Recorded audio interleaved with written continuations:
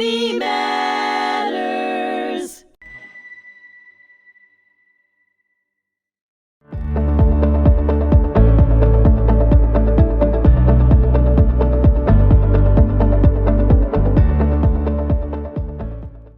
Hello, and thank you for joining me today. I'm your host, Bernie Furshpan, and today's episode of Raised by Survivors. My very special guest, Dr. Mark Furshpan. Thank you so much for joining me.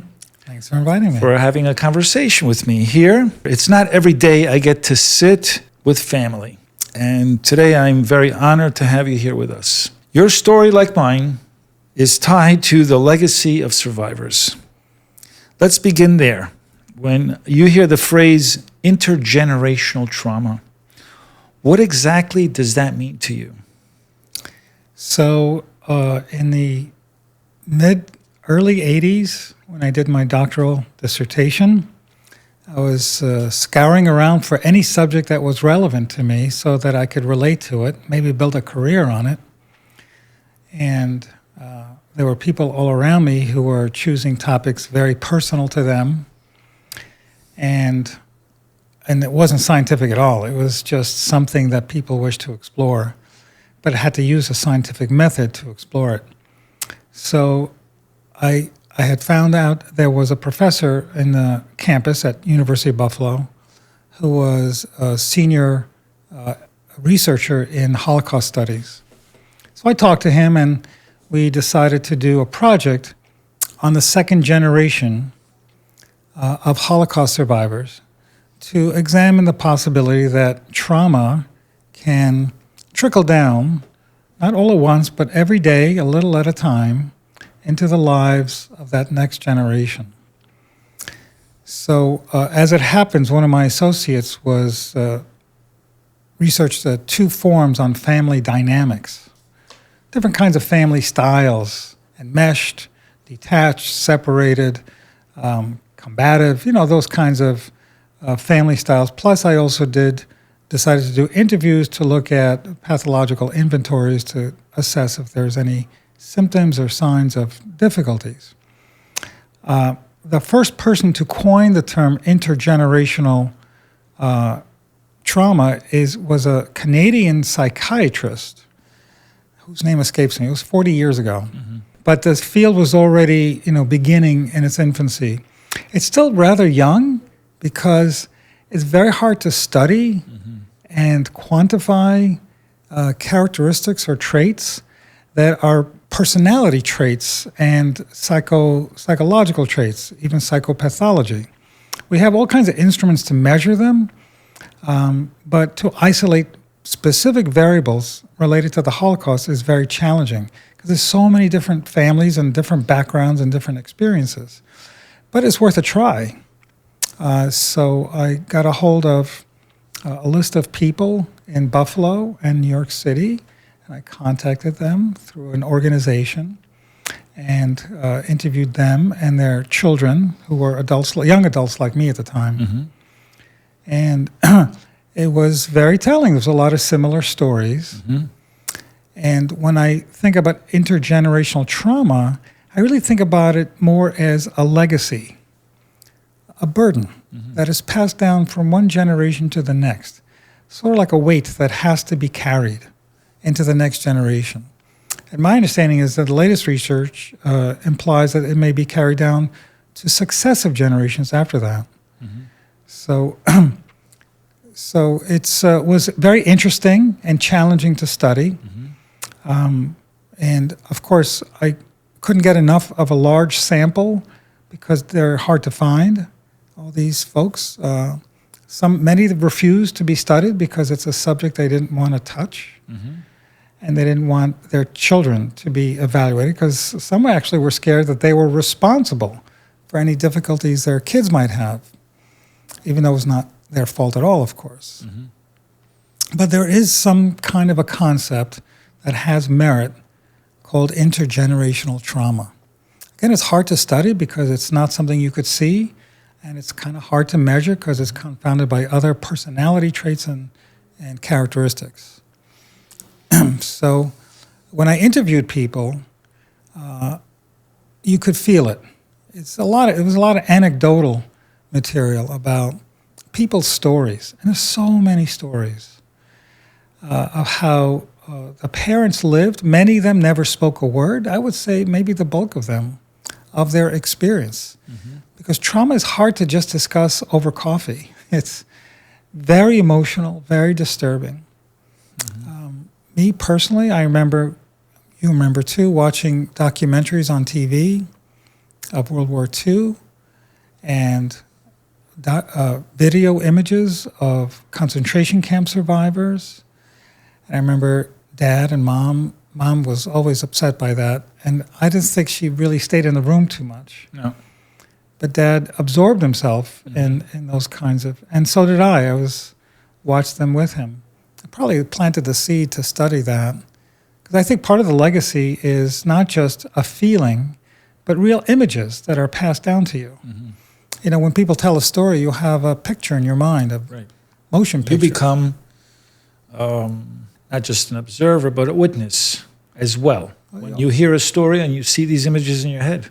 So when you love someone so dearly, and they tell you this horrific story of what they went through, for me, I just imagine myself in that situation because I identified with a storyteller because they were so close to me.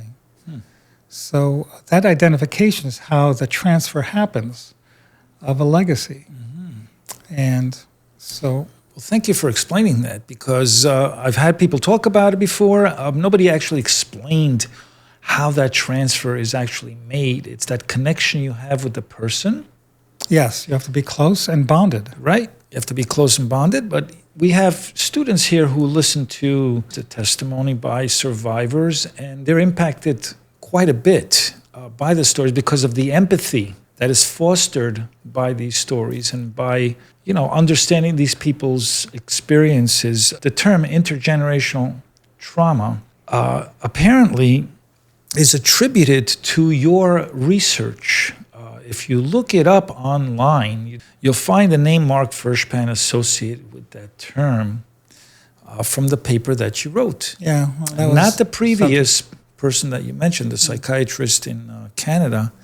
The United States Holocaust Memorial actually attributes it to you and your paper. They now have done some more work with this idea that it's passed on and transferred to generations, successive generations. And some people have claimed that it takes about 7 generations to cleanse this trauma. Well, that remains to be seen. I don't think we're just in our we third. don't know. There's a third. We're only at the third yet, but but there are other genocides and traumas that people have endured. Here's the problem. Yeah. Trauma happens all the time, all around us. So how do you know? So I think in better understanding trauma, I mean, the Holocaust survivors were a great example because of its historic dimensions. But 9/11, I can't tell you how many firefighters and police officers I've met who were there, who've lost colleagues, who took the colleagues' children under their wing and tried as best they could to fill in a vacuum, which is nearly impossible to do. But both carry the burden of grief and trauma. The thing about trauma is it leaves an indelible impression in the human psyche. You can't erase it. Once you go through trauma, you can't erase it. You have to embrace it in a sense that it becomes part of your own story. And if for recovery from trauma, it's best to use that experience to build a narrative of triumph over adversity. And many Holocaust survivors always told me, I made it, I survived. Dad too. And it's a badge of courage and honor to have survived. And so I think that's how you recover, because you can't just be traumatized and left in despair. You'll just fall apart and cower in the corner. But what are some negative difficulties of the second generation and the first generation, what they have in common? I don't really trust institutions. I don't trust police officers. I'm not sure they trust doctors too much, especially if they were in the concentration camps. Because there are plenty of doctors there who did not treat or barely treated diphtheria, typhoid, all these diseases that ran through the camps and killed millions of people. So that identification means that you carry this burden. And what does the burden mean? You have to triumph also in this memory, in this trauma. So you're doing it by telling this story and teaching people about tolerance and fighting intolerance and hate, which is now more relevant than ever. So Holocaust survivors, not too many left, are now re-exposed to more trauma because of the October 7th attack in Israel and anti-Semitism all over the world, Europe and America especially. So it's traumatizing them again. It creates that feeling of vulnerability and fear all over again. Right, because over time they felt a little bit more secure, I would say. And yes, hoping that this would never happen again, obviously. October 7th was the worst atrocity since the Holocaust for the Jewish nation. And so just hearing that alone is pretty traumatic, that these things could happen again. It's very traumatizing. Yeah. Let's turn back the clock a little bit. Being raised by survivors, do you think that impacted your career choice in any way, and why? Well, so we were volunteers at Coney Island Hospital in a medical explorers program during high school. And I grew up listening to stories, dad stories. Instead of enjoying the emergency room or the operating room we got to get some training to do, I loved spending time at the bedside of many people, especially elderly people. They had fantastic stories. I was just 17. Yeah, I remember that. And I loved spending time, and I would find these older patients who didn't have any visitors, but who had a story to share. A natural-born psychologist. It's all about listening and hearing the story and finding value and meaning in it. And so of course I went to Stony Brook and took psychology and fell in love with the subject because then it all came together. Right. I took the same classes and I hated psychology. I also hated physics and calculus as well, but I did like biology. I always loved biology. But you liked the mind and you liked the thought process. Yes. I think the combination of listening to stories and trying to understand the human science of the mind and behavior, I got really fascinated by material. You know, when you take a Psych 101 class, you're reading from a textbook. I would always look at the back of the textbook, get source material, read Freud, read Skinner in the stacks of the library. I spent hours there just reading source material just to absorb it. And I just loved it. And it helped me understand, because what's the one burning question that Holocaust survivors and their children ask? How could this happen? Right. It's still a question I'm dogged by. Like, how could this happen? How is it possible that so many millions of people were in on it and complacent? How is it just says a little bit about the fragility of the human mind and how easily people can fall into either protect their own selves and their own interests or follow ideology. So there's a lot to mine there in this. I do have to be honest with you. Once in a while, it feels like that maybe you're analyzing me. Just kidding. Well, it depends on the questions you've asked me, because you've always asked me, so how does that make you feel? I really have been very proud of you. Let's be honest. I've been very proud of you. You've done some amazing things. You are seen by the community as somebody to be revered, somebody who has helped thousands and thousands of people. As your twin brother, I'm very proud of you. Said only like a twin brother could. No, but it's the truth. So I just want to say that publicly, that I'm very proud of you and the work that you do, that you continue to do. Even though I retired earlier, you know, it's not that I didn't love what I did. It's just that I'm one that has spilkus in their pants. I have to just keep moving. You are very happy where you are, and you're only getting better at what you're doing. You're becoming a very wise old man, as they say. And you not really about wise, but you're but you understand the human psyche. You understand people. You're very good at listening, very good at talking to people.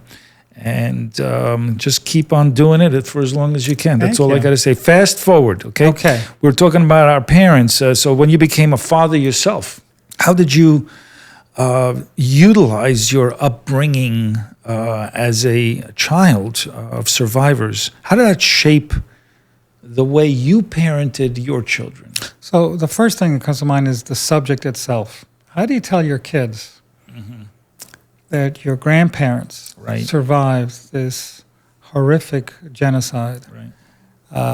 How do you tell them, their story and all the lost loved ones? And it wasn't easy.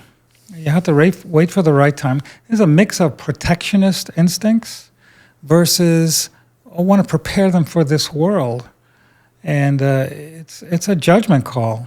So it came out dribs and drabs, but eventually there were discussions with the kids. Laura, I remember, wrote a book report or research project on it when she was in high school. And so it's challenging because how do you then deliver the legacy to your next generation as a burden that is part of their legacy, part of their heritage? Right. At the same time, how do you help them feel strong and courageous and resilient in this world? Let me just jump in for a Not second. easy. You gave that some thought. Our parents, on the other hand, wanted to protect us. They didn't want to pass on this burden. Right. That's actually typical. That's very, because but it's their very different story with is our so- generation. Their story is so painful, but I remember Dad telling me many, many vignettes, little chapters of Right, everything little he went pieces. through. A little here, a little there. You have to knit it together. Mom eventually. told us the deeper, the heavier stuff Yeah. because trauma- it was hard for him to Admit vocalize certain it. things, Yeah.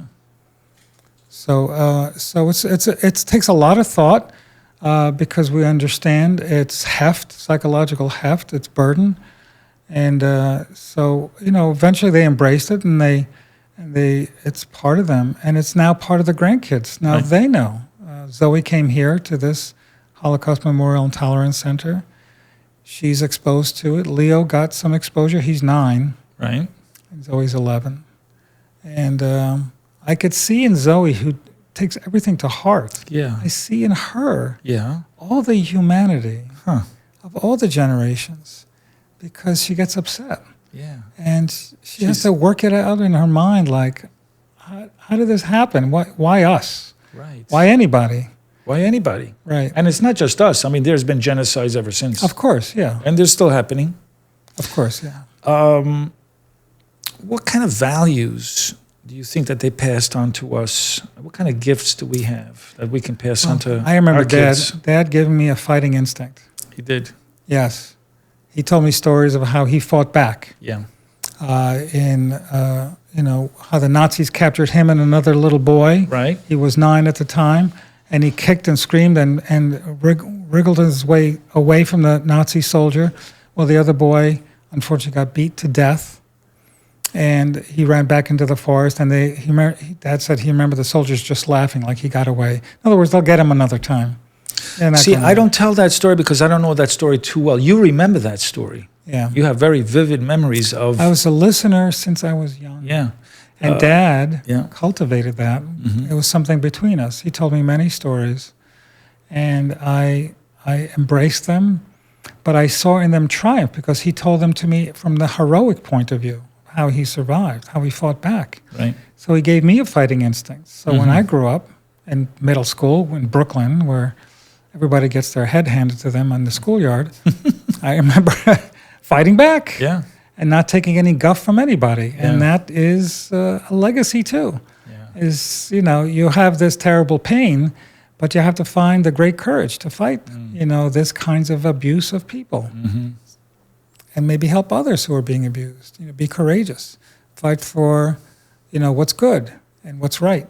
As a psychologist, what do you think about the abuser? Do you think that they're the abused also? That they've been abused and then they have... So everybody has a story. Right. So if the abuser is in my office, usually they have certain types of emotional disturbances and behavioral disturbances. And it's not easy to get access to their pain that comes from their own childhood, typically, when they were abused, in no likelihood. So here's a very good question that I just thought of. I want to just dive a little deeper into this concept of evil in the world. Is it evil or is it pain that somebody has? Well, I think pain is always a grand motivator. Pain pushes Or people. evil? Or just a Necessarily. motivator? It could be a motivator for good. You could be a great Samaritan. You could empathize with people, identify with their hardship and pain. Or you could destroy people Right. because you resent them, especially if you identify them in having similar traits as the people who tortured you. Right. So there's a very high percentage of boys who are physically abused by their fathers becoming physically abusive themselves. So that's how that's one kind of a legacy Right. that's handed down. Right. But I've met many, many men who were tortured physically by their fathers, beaten beyond recognition, many of them, in the years and generations when the cops didn't, arrest people. It was just a domestic situation.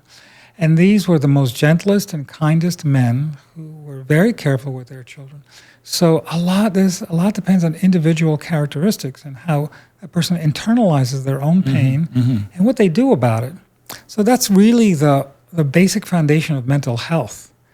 And one of the interesting studies of Holocaust survivors is really a mental health study. How do people survive trauma and stay sane? Well, so things happen to you, and what you do about it, and how you decide to cope with it, how do you decide to do something with it, is an individual choice. And that describes both the personality and the maturity and the mental health of the person. So, the healthier or the more positive and productive the outcome. Do you have any final thoughts or a message that you want to give our listeners, what they can carry forward from your stories? So everybody's carrying some story. Everybody has some depth to them. Even people who seem very, self-centered or superficial, and so forth and so on, which there are plenty of examples of today. But everybody's carrying something. If you're lucky enough, you may hear their story. So it's all about storytelling and listening to the story. And that's hopefully you have the chance to do that and then learn about them. What are your hopes for the future? I hope that, once again, that men and women can learn from history. And that hatred and propaganda has very serious consequences for societies, especially in large numbers, masses of people. Rallies make me nervous, by the way. It seems that history does keep repeating itself. I mean, this is what's happening today is a page right out of the 1930s to some degree with the propaganda and vilifying others, vilifying and people being swayed, by leaders, false leaders. Hopefully, we wake up to all of this. Well, I hope for better days to come, as they say. Or as the Bible says, this too shall pass. Well, I'd like to thank my dear brother, Dr. Mark Furshpan, for joining me today on Raised by Survivors here on HMTV. And I'd like to thank all of our listeners for joining us here on HMTV at the Holocaust Memorial and Tolerance Center. I'm Bernie Furshpan. Until next time.